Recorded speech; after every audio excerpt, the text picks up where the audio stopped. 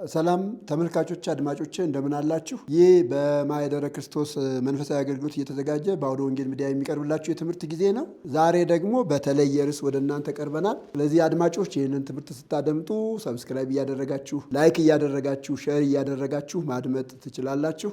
ተባረኩ። ዛሬ የምንማረው ስለ መላእክት ነው። ስለ መላእክት እንማራለን። እንግዲህ ከቃሉ ትርጉም እንጀምራለን። መላእክት ማለት ምን ማለት ነው የሚለውን ነገር ማንሳት አለብን እና መላእክት ላከ ከሚል የግዕዝ ቃል ነው የሚወጣው እና መላእክት ማለት መልእክተኞች ማለት ነው እና እነዚህ መላእክት ከእግዚአብሔር ወደ ሰው ተልከው የሚመጡ እግዚአብሔር የሚልካቸው ማለት ነው። በነገራችን ላይ ይህ ስማቸው የተሰጣቸው ከአገልግሎታቸውም ጋር ተያይዞ ነው። ተላላኪዎች ስለሆኑ እግዚአብሔር ስለሚልካቸው እግዚአብሔር ዘንድ አሉ፣ እግዚአብሔር ባለበት ይኖራሉ። ከዚያ በኋላ ከእግዚአብሔር ተልከው ወደ ሰው ይመጣሉ ማለት ነው። ስለዚህ ስለ እነሱ ዛሬ እናያለን ማለት ነው። ስለ መላእክት ስናጠና የመጀመሪያ ነገር ስለ ተፈጥሯቸው ማየት አለብን። መላእክት እንዴት ተፈጠሩ? ስለዚህ የመላእክትን ተፈጥሮ ስንመለከት ትክክለኛ የሆነ በእግዚአብሔር ቃል መረጃ እናገኝ። በዚህ ቀን ተፈጠሩ ብሎ መጽሐፍ ቅዱስ አይነግረንም፣ የእግዚአብሔር ቃል አይነግረንም። ግን መላእክት በእግዚአብሔር የተፈጠሩ ፍጥረታት እንደሆኑ፣ ረቂቃን መናፍስት እንደሆኑ የእግዚአብሔር ቃል በግልጽ ያስተምራል። ዕብራውያን ምዕራፍ 1 ቁጥር 14 ላይ ስለ እነሱ ይናገራል። እንደዚህ ይላል፣ ሁሉ መዳን ይወርሱ ዘንድ ስላላቸው ለማገዝ የሚላኩ የሚያገለግሉ መናፍስት አይደሉምን ይላል። ሁሉ መዳን ይወርሱ ዘንድ ስላላቸው የሚላኩ የሚያገለግሉ መናፍስት አይደሉምን? ይኸውላችሁ ከስማቸው ትርጉም ጋር ራሱ ይሄዳል። የሚላኩ ናቸው፣ እንደገና ደግሞ ምንድን ናቸው? የሚያገለግሉ ናቸው ማለት ነው። ስለዚህ ይህንን ይነግረናል። መላእክትን በተመለከተ በተፈጥሯቸው ወይም ደግሞ ሲፈጠሩ እንዴት ነው እንደተፈጠሩ አንዳንድ ነገሮችን ማየት እንችላለን። ለምሳሌ ነባቢያን ናቸው፣ ይናገራሉ ማለት ነው። ለባውያን ናቸው፣ ያስባሉ ማለት ነው። ሕያዋን ናቸው፣ ኃያላን ናቸው። ይሄ የመላእክት በተፈጥሮ የተሰጣቸው ስልጣን ነው እና መጽሐፍ ቅዱስን እያጠናን ስንሄድ ስለ እነሱ ዘርዘር ያሉ ሀሳቦች አሉ። እውቀት እንዳላቸው መጽሐፍ ቅዱስ ይነግረናል። አንደኛ ጴጥሮስ ምዕራፍ 1 ቁጥር 2 ስሜት እንዳላቸው ይነግረናል። ስሜት እንዳላቸው፣ ፈቃድ እንዳላቸው ይነግረናል። ሉቃስ ምዕራፍ 2 ቁጥር 13 ፈቃድ እንዳላቸው ይነግረናል። እንደገና መንፈሳዊ አካል እንዳላቸውም ይነግረናል። መንፈሳዊ አካል አላቸው፣ ምንም እንኳ መናፍስት ቢሆኑ ነገር ግን መንፈሳዊ አካል ያላቸው ናቸው። አይሞቱም፣ መላእክት አይሞቱም። አሁን አንዳንድ ጊዜ ሰዎች በስተት የሚሞቱ መላእክት እንዳሉ ይናገራል። ክፉዎች መላእክትም ቢሆኑ ወይም የሰዓቱ መላእክትም ቢሆኑ እንደገና ደግሞ እውነተኞች መላእክት ቢሆኑ አይሞቱም። መናፍስት ናቸው። አይወልዱም፣ አይዋለዱም። አንድ ጊዜ ተፈጥረው የሚኖሩ ናቸው። ማቴዎስ 22 ቁጥር 30፣ ማርቆስ 12 ቁጥር 35 ታገኛላችሁ። ስጋና አጥንት የላቸውም። ጌታ ኢየሱስ ክርስቶስ አንድ ጊዜ ስለ ራሱ ሲያስረዳ ሉቃስ ምዕራፍ 24 ከ36 እስከ 39 ስታነቡ ታገኙታላችሁ። እና መንፈስ እንደኔ ስጋና አጥንት የለውም ብሏል። እና ስለዚህ መላእክት ስጋና አጥንት የላቸውም። ብዛታቸው አይቆጠርም። አሁን መላእክትን በተመለከተ እንደዚህ ናቸው ማለት አይቻልም። አንዳንድ ጊዜ በተለምዶ 99 ነገደ መላእክት ይባላል። እንደዚህ አይነት መረጃ የለንም። ብዛታቸው አይቆጠርም። እውቀታቸው ከሰው የላቀ ነው። ኃይላቸውም ትልቅ ነው። ይህንን ነው የሚነግረን መጽሐፉ። በመላእክት ውስጥ የስልጣን ተዋረድ እንዳለ ይነግረናል። የስልጣን ተዋረድ እንዳለ ዳንኤል ምዕራፍ 10 ቁጥር 13፣ ይሁዳ 1:6 ይነግረናል። እና የመላእክት አለቃ ሚካኤል እንደሚባል ይነግረናል። ገብርኤልም አለቃ እንደሆነ ይነግረናል። ከዚያ ውጭ ስማቸው የተጠቀሰ መልአክ የለም በመጽሐፍ ቅዱስ ውስጥ ማለት ነው። ግን አለቃቸው ሚካኤል እንደሆነ ይነግረናል ማለት ነው። መላእክትን በተመለከተ ሁለተኛው ሐሳብ የምናየው ክፍፍል አላቸው ወይም ደረጃ አላቸው እና መጽሐፍ ቅዱስ ስናጠና በመጀመሪያ ደረጃ የምናገኛቸው ኪሩቤል የሚባሉት እነዚህ ኪሩቤል የተባሉት የተለያየ አይነት ገጽታ እንዳላቸው ይነገራል። ለምሳሌ የሰው ገጽታ፣ የእንስሳት ገጽታ፣ የንስር ገጽታ እንደገና ደግሞ የላም ገጽታ እንዳላቸው ይናገራል። ሕዝቅኤል ምዕራፍ 11 ከቁጥር 22 ታገኛላችሁ። 10:4 ላይ ታገኛላችሁ። ከነዚህ ከኪሩቤል ቀጥሎ ደግሞ ያለው ምንድን ነው ከተባለ ሱራፌል የሚባሉ እነዚህ ሱራፌል የሚባሉት በቁጥር ይታወቃሉ። 24 ናቸው እና ልክ ከኪሩቤል ቀጥለው እንዲያውም በራእይ መጽሐፍ ደስ ስናነብ 24ቱ ካህናተ ሰማይ የሚል ሁሉ እናገኛለን። 24ቱ ካህናተ ሰማይ እና ከኪሩቤል ቀጥለው ያሉ ናቸው እና ትልቁ ስራቸው እግዚአብሔርን ማመስገን ነው፣ በእግዚአብሔር መደነቅ ነው። በኪሩቤል የሚደረገውን መገለጥ እዚያ እግዚአብሔር አለበት አካባቢ እግዚአብሔር ዙፋን አካባቢ ሆነው በእግዚአብሔር የሚደነቁ ናቸውና አንዳንድ ጊዜ የአክሊላቸውን አስቀምጠው በበጉ ፊት ተደፍተው ይሰግዳሉ እና ይህንን መጽሐፍ ቅዱስ በግልጽ ይነግረናል ማለት ነው። በሶስተኛ ደረጃ የምናገኛቸው መላእክት ናቸው። እነዚህ መላእክት ቅድም እንዳየነው በጣም ብዙ ናቸው። ማንም ሊቆጥራቸው አይችልም እና በጣም ብዙ ናቸው። ነገር ግን እነሱም አብረው እዚያ ነው ያሉት ከእግዚአብሔር ጋራ ወይም ከኪሩቤል ከሱራፌል ጋራ እግዚአብሔርን አብረው ያመሰግናሉ። በቃ ለእግዚአብሔር የሚገባውን ክብር ይሰጣሉ ማለት ነው። ክብር ለእግዚአብሔር ይሁን። ዋናው የምንፈልገው ነገር ሶስተኛው ሐሳብ ነው እና አገልግሎታቸው ምንድን ነው? የመላእክት አገልግሎት ምንድን ነው? ወደ 10 የሚደርሱ ነጥቦች አሉ ስለ መላእክት አገልግሎት የእግዚአብሔር ቃል የሚናገረን፣ እነሱን እናያለን። የመላእክት ዋነኛ አገልግሎት እግዚአብሔርን ማገልገል ነው። እግዚአብሔርን ያገለግላሉ። ኢሳይያስ ምዕራፍ 6 ከ1 እስከ 8 ራእይ ምዕራፍ 5 ቁጥር 12 ላይ ሄደን እናነባለን እና እግዚአብሔርን ያመልካሉ፣ እግዚአብሔርን ያደንቃሉ። ልክ በእግዚአብሔር ፊት ቅዱስ ቅዱስ ቅዱስ እያሉ ለእግዚአብሔር ይሰግዳሉ እና ዋነኛ አገልግሎታቸው ይሄ ነው። ሌላ ሁለተኛው አገልግሎታቸው ምንድን ነው ከተባለ ቅዱሳንን መጠበቅ ነው። ዕብራውያን ምዕራፍ 1 ቁጥር 14 ላይ ስለ እነሱ ሲናገር ሰዎች ወደ መዳን እንዲደርሱ ለማገዝ የሚላኩ የሚያገለግሉ መናፍስት አይደሉም ምን ይላል። ስለዚህ ወደ ሰዎች ተልከው ይመጣሉ፣ ወደ መዳን እንዲደርሱ ሰዎችን ይረዳሉ፣ ያግዛሉ፣ ያገለግላሉ ማለት ነው። መዝሙር 33 ቁጥር 7 ላይ ደግሞ የታየን መልአክ እግዚአብሔር አውዶሙ ለእለ ይፈርዎ ወያድኅኖሙ ይላል። የእግዚአብሔር መልአክ እግዚአብሔርን በሚፈሩ ሰዎች ዙሪያ ይሰፍራል ያድናቸውማል ይላል እና ቅዱሳን ወይም አማኞችን ይጠብቃሉ። እዚህ ጋር አንድ በደንብ መታየት ያለበት ነገር ይሄ ጥቅስ መልአኩን በሚፈሩ ሰዎች ዙሪያ እንደሚል ተደርጎ ይተረጎማል እና ግን እንደዚህ አይደለም። እግዚአብሔርን በሚፈሩ ሰዎች ዙሪያ ይሰፍራል ያድናቸውማል ነው የሚለው እና ይህንን በደንብ በዚሁ መረዳት አለብን ማለት ነው። ሌላው ሶስተኛው ንስሐ በሚገቡ ሰዎች ይደሰታል። አንዱ የመላእክት ትልቁ ስራ ይሄ ነው። ሰዎች ንስሐ ሲገቡ ማየት ይፈልጋሉ። ጌታ ኢየሱስ ክርስቶስ በሉቃስ 15 ቁጥር 10 ላይ እንዳስተማረው ዕብራውያን 1:14 እንዳየ ነው ማለት ነው። በተለይ ጌታ ኢየሱስ ክርስቶስ በምሳሌ ያስተምሯል እና ድሪም ስለጠፋት ሴት ተናግሮ ያቺ 9 ድሪም ኑሯት አንዱ ሲጠፋ ፈልጋ ስታገኘው እንደምትደሰት ሁሉ ንስሐ በሚገባ በአንድ ኃጢአተኛ በሰማይ መላእክት ዘንድ ደስታ እንደሚሆን ይነግረናል እና ንስሐ በሚገባ ሰው ይደሰታሉ። ይሄ በጣም ነው የሚያስደስታቸው ማለት ነው። ክብር ለእግዚአብሔር ይሁን። ሌላው አራተኛው ሐሳብ በምድራዊ ሕይወት ክርስቶስን ያገለግሉት ነበረ። ክርስቶስ እዚህ ምድር ላይ በነበረ ጊዜ ያገለግሉት ነበረ እና ማቴዎስ ምዕራፍ 4 ቁጥር 11 ላይ እንደገና 11 ቁጥር 13 ላይ እንደዚህ ሄዳችሁ ስታነቡ ምን ታገኛላችሁ መሰላችሁ? ሉቃስ ምዕራፍ 22 ቁጥር 43 ላይ ኢየሱስ እዚህ ምድር በነበረበት ጊዜ ወደዚህ ምድር መጥተው ያገለግሉት ነበረ። ለምሳሌ ሉቃስ ምዕራፍ 22 ቁጥር 23 እና ማቴዎስ 4:11 ላይ ሄዳችሁ ስታነቡ ኢየሱስ ክርስቶስ በሰይጣን የተፈተነበት ጊዜ ነበረ እና ሰይጣን ፈተናውን ሲጨርስ መላእክት መጥተው ያገለግሉት ነበረ ይላል። ሉቃስ 22 ላይ ደግሞ ጌታ ኢየሱስ ክርስቶስ ወደ ጌቴሴማኒ የሚሄድበት ጊዜ ነበረ እና በዚያን ሰዓት አጥብቆ ይጸልይ ነበረ። ግን የሚያበረቱት መላእክት መጥተው በአጠገቡ እንደነበሩ መጽሐፍ ቅዱስ ይነግረናል። ስለዚህ ኢየሱስ ክርስቶስን ያገለግሉ ነበር ማለት ነው። አምስተኛው ስለ ታናናሾች በእግዚአብሔር ፊት ይቆማሉ።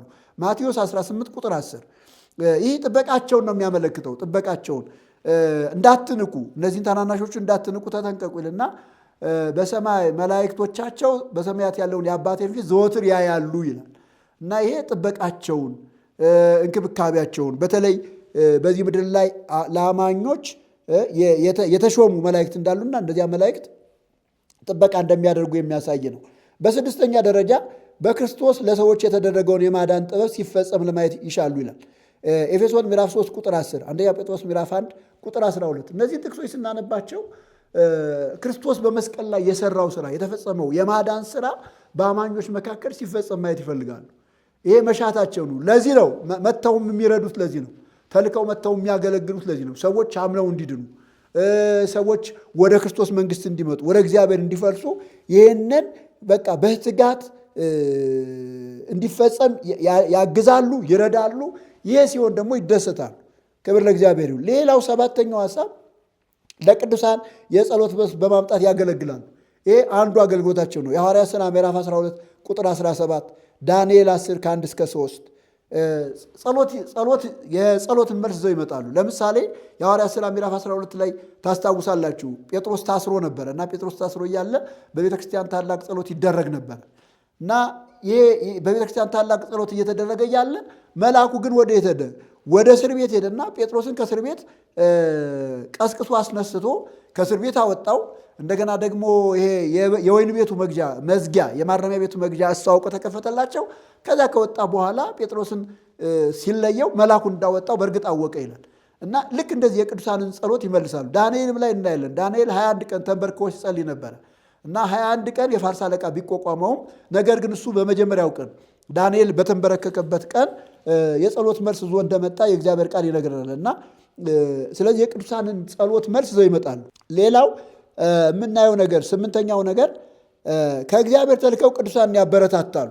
ከእግዚአብሔር ተልከው ቅዱሳን ያበረታታሉ እንጂ ከሰው ወደ እግዚአብሔር አይላኩ። ሉቃስ ምዕራፍ 2 ቁጥር 8፣ ሉቃስ 1 ከ11 እስከ 23 እነዚህ ታሪኮች የምናውቃቸው ናቸው።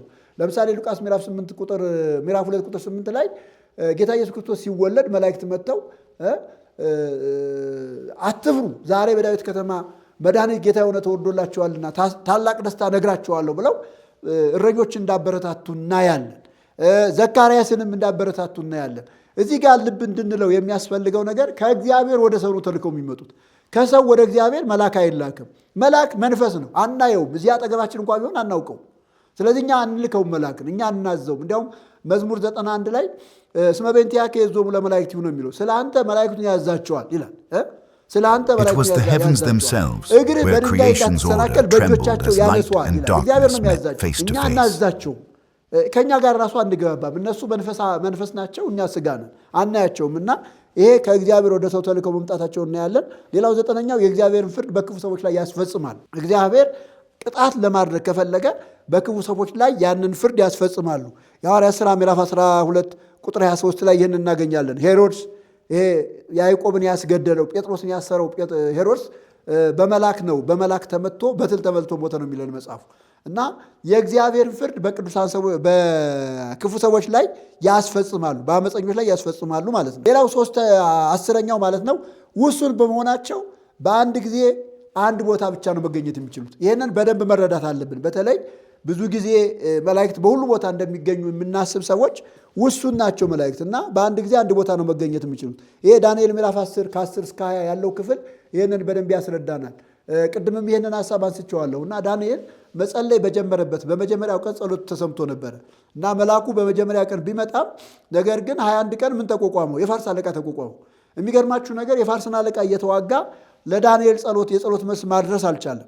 ስለዚህ የሚረዳው ሌላ አካል ሲመጣለት ነው። ሚካኤል ሊረዳ ይመጣ ይላልና ሚካኤል ሲመጣለት ነው ወደ ዳንኤል መጥቶ ለዳንኤል የጸሎቱን መልስ የተናገረው።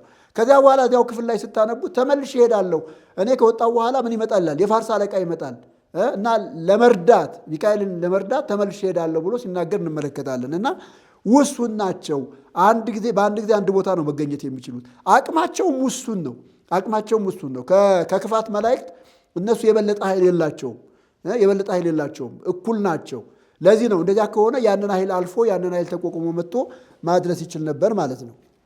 እንግዲህ 4ኛው ሐሳብ የወደቁ መላእክት ናቸው። የወደቁ መላእክት የሚባሉት መላእክት ነው የተፈጠሩ፣ ነገር ግን በእግዚአብሔር ላይ በአመፅ የተነሱና ከእግዚአብሔር የተለዩ ናቸው። እነዚህም መላእክት ናቸው፣ ግን ኃጢአት በመስራታቸው ምክንያት ወድቀዋል፣ ከእግዚአብሔር ተለይተዋል። እና እነዚህ መላእክት ርኩሳን መናፍስት አጋንንት የምንላቸው እነዚህን ነው። ለዚህ ነው ብዙ ጊዜ ሰይጣን አይሞትም ብለን የምንከራከረው ከዚህ የተነሳ ነው። ተፈጥሮ መንፈሳዊ ስለሆነ፣ አፈጣጠሩ መንፈሳዊ ስለሆነ። ግን ሁልጊዜ እነዚህ በክፋት ነው የሚገለጡት። የእግዚአብሔርን መንግስት በማጣመም የእግዚአብሔርን ሕዝብ በማሳት በእግዚአብሔር ላይ በክፋት በመነሳት ነው የሚገለጡት እና እነዚህ ርኩሳን መላእክት ይባላሉ።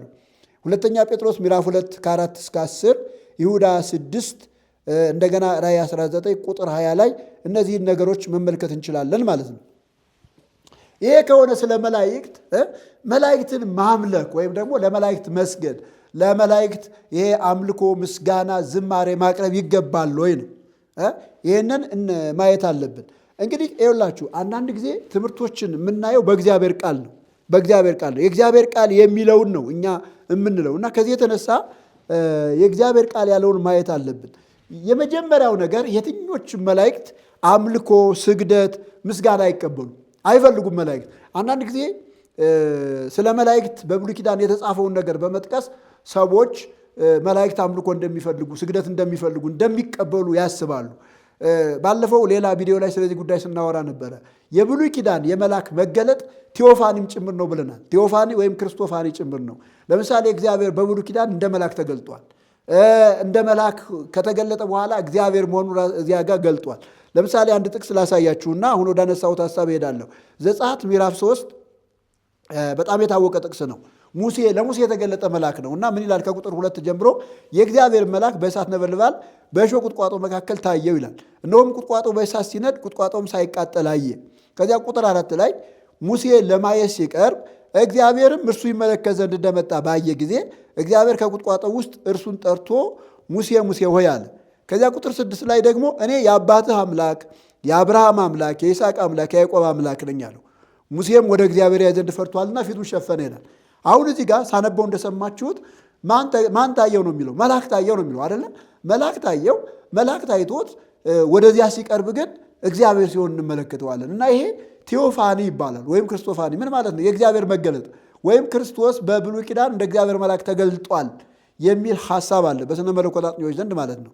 እና እንደ እግዚአብሔር ከሆነ ወይም ደግሞ ቴዎፋኒ ከሆነ ያ መልአክ እግዚአብሔራዊ ስልጣን ይታይበታል። ለምሳሌ እዚህ ጋር ምን አለ?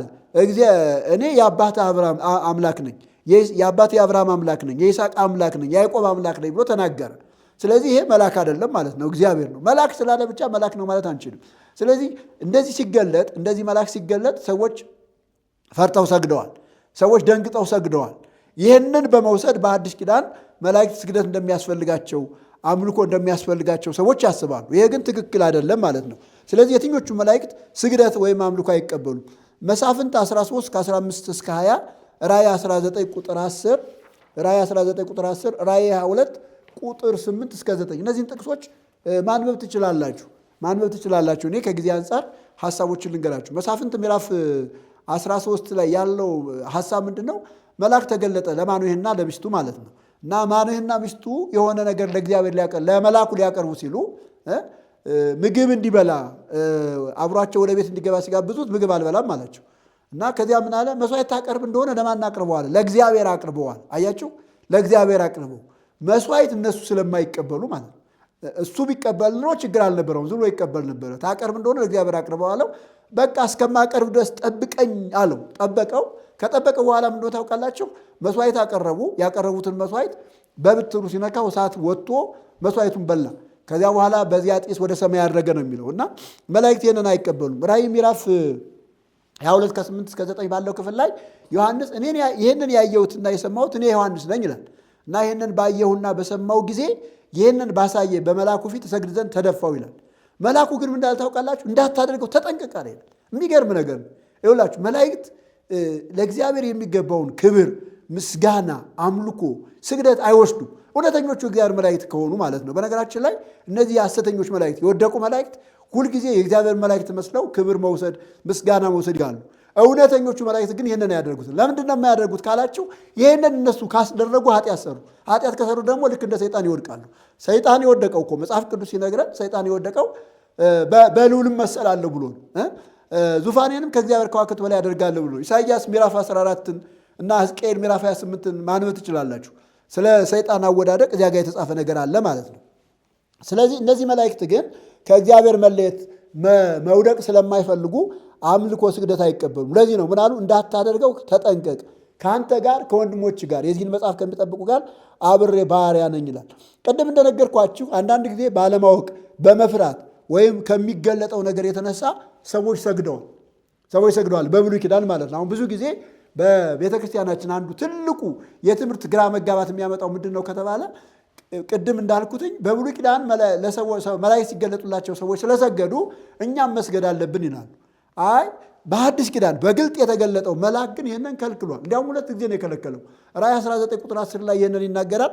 ራእይ 22 ቁጥር 8 ላይ ይህንን ይናገራል።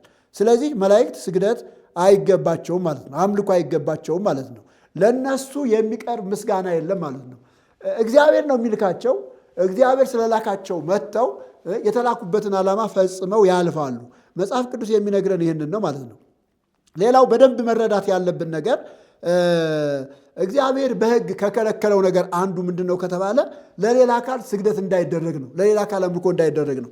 በተለይ አማኞች፣ የአዲስ ኪዳን አማኞች ይህንን በደንብ መጠበቅ አለብን። ዘጸአት ምዕራፍ 20 ከቁጥር 2 ጀምሮ ወይም ከቁጥር 1 ጀምሮ እንደዚህ ይላል።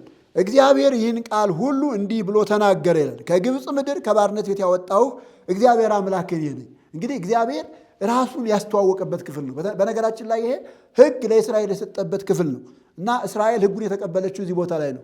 ለእስራኤል ደግሞ እግዚአብሔር ሕጉን ሲሰጥ ሲና ተራራ ላይ ወርዶ ተራራው እየተንቀጠቀጠ ተራራው አምላክን መሸከም አቅቶት እየጨሰ ነው ወርዶ የሰጠው እና ምን አለ እግዚአብሔር ራሱን ሲያስተዋውቅ እግዚአብሔርም ይህን ቃል ሁሉ እንዲህ ብሎ ተናገረልና ከግብፅ ምድር ከባርነት ቤት ያወጣሁህ እግዚአብሔር አምላክ እኔ ነኝ።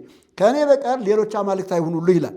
ቀጥሎ ያለውን ስሙ። በላይ በሰማይ ካለው ይላል፣ በታች በምድር ካለው፣ ከምድርም በታች በውሃ ካለው ነገር የማናቸውም ምሳሌ የተቀረጸ ምስል ለአንተ አታድርግ፣ አትስገድላቸው፣ አታምልካቸው ይላል። ክብር ለእግዚአብሔር ይሁን። እግዚአብሔር በሕግ በግልጥ ብሏል፣ ከልክሏል። ከአምላክ ውጭ ለማንኛውም ነገር መስገድ፣ የማንኛውም ነገር ቀርጾ ያንን እንደ አምላክ መቁጠር የእግዚአብሔርን ሕግ መተላለፍ ነው ማለት ነው። ስለዚህ እግዚአብሔር ከልክሏል። እግዚአብሔር ስለከለከለ ይህንን ማንኛውም ሰው ማድረግ የለበትም ማለት ነው። ማንኛውም ሰው ማድረግ የለበትም። ሌላው ሐሳብ ስግደት አምልኮ ነው። ስግደት አምልኮ ነው። ሰው ሲሰግድ ለአምላኩ ምን እያደረገ ነው ማለት ነው? አምላኩን እያመለከ ነው ማለት ነው። አምላኩን ያመልካል፣ እግዚአብሔርን ያመልካል እና ስለዚህ አምላኩን እግዚአብሔርን እያመለከ ስለሆነ መደረግ ያለበት ለማን ነው ከተባለ ለአምላኩ ለእግዚአብሔር ብቻ ነው። እግዚአብሔር የተባረከ ይሁን። ሁልጊዜ የምንጠቅሰው ዮሐንስ ምዕራፍ 4 ከቁጥር 21 ጀምሮ እንደዚህ ይላል። ከቁጥር 21 ጀምሮ አነባዋለሁኝ። ኢየሱስም እንዲህ አለ፣ አንቺ ሴት እመኚኝ። ትንሽ ከፍ እየላ አነበው። ሴቲቱም ጌታ ሆይ፣ ቁጥር 19 ላይ ሴቲቱም ጌታ ሆይ አንተ ነቢይ እንደሆንክ አያለሁ። አባቶቻችን በዚህ ተራራ ሰገዱ፣ እናንተም ሰው ሊሰግድበት የሚገባው ስፍራ በኢየሩሳሌም ነው ትላላችሁ አለችው። አሁን ትክክለኛ ጥያቄ ነው። በዚያ ዘመን ሰማርያና ወይም ደግሞ ሰሜኑ እስራኤልና ደቡብ እስራኤል ተከፋፍሎ ሰሜኑ እስራኤል በሰማርያ ይሰግድ ነበረ።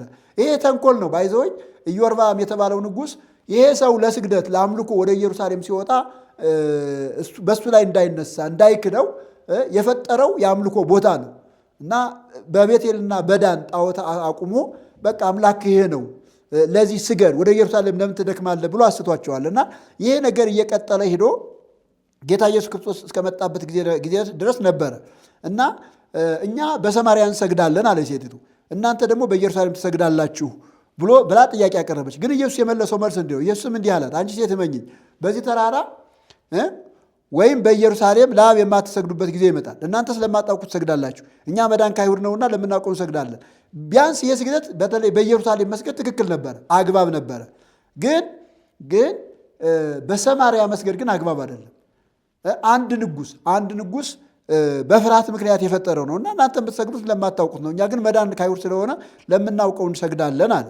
ከዚያ በኋላ ምን እንዳለ ታውቃላችሁ? ነገር ግን በእውነት የሚሰግዱ ለአብ በመንፈስና በእውነት የሚሰግዱበት ጊዜ ይመጣል፣ አሁንም ሆኗል። አብ ሊሰግዱለት እንደነዚህ ያሉትን ይሻል አለ። እግዚአብሔር መንፈስ ነው፣ የሚሰግዱለትም ሁሉ በመንፈስና በእውነት ሊሰግዱለት ያስፈልጋቸዋል አለ። ስለዚህ ስግደት አምልኮ ስለሆነ በሰማርያም በኢየሩሳሌምም ሳይሆን እንዴት ነው የሚሰገደው አለ ጌታ ኢየሱስ ክርስቶስ። በመንፈስና በእውነት ለአብ ይሰገዳል ነው ያለ። በመንፈስና በእውነት ለአብ ይሰገዳል። ክብር ለእግዚአብሔር ይሁን። ዛሬ አዲስ ኪዳን የመንፈስ አገልግሎት ያለበት ኪዳን ነው። ስለዚህ እዚህ ኪዳን ላይ ቁጭ ብለን ምንድን ነው የምናደርገው ከተባለ ለአብ ነው የምንሰግደው። ክብር ለእግዚአብሔር ይሁን። ለአብ እንሰግዳለን።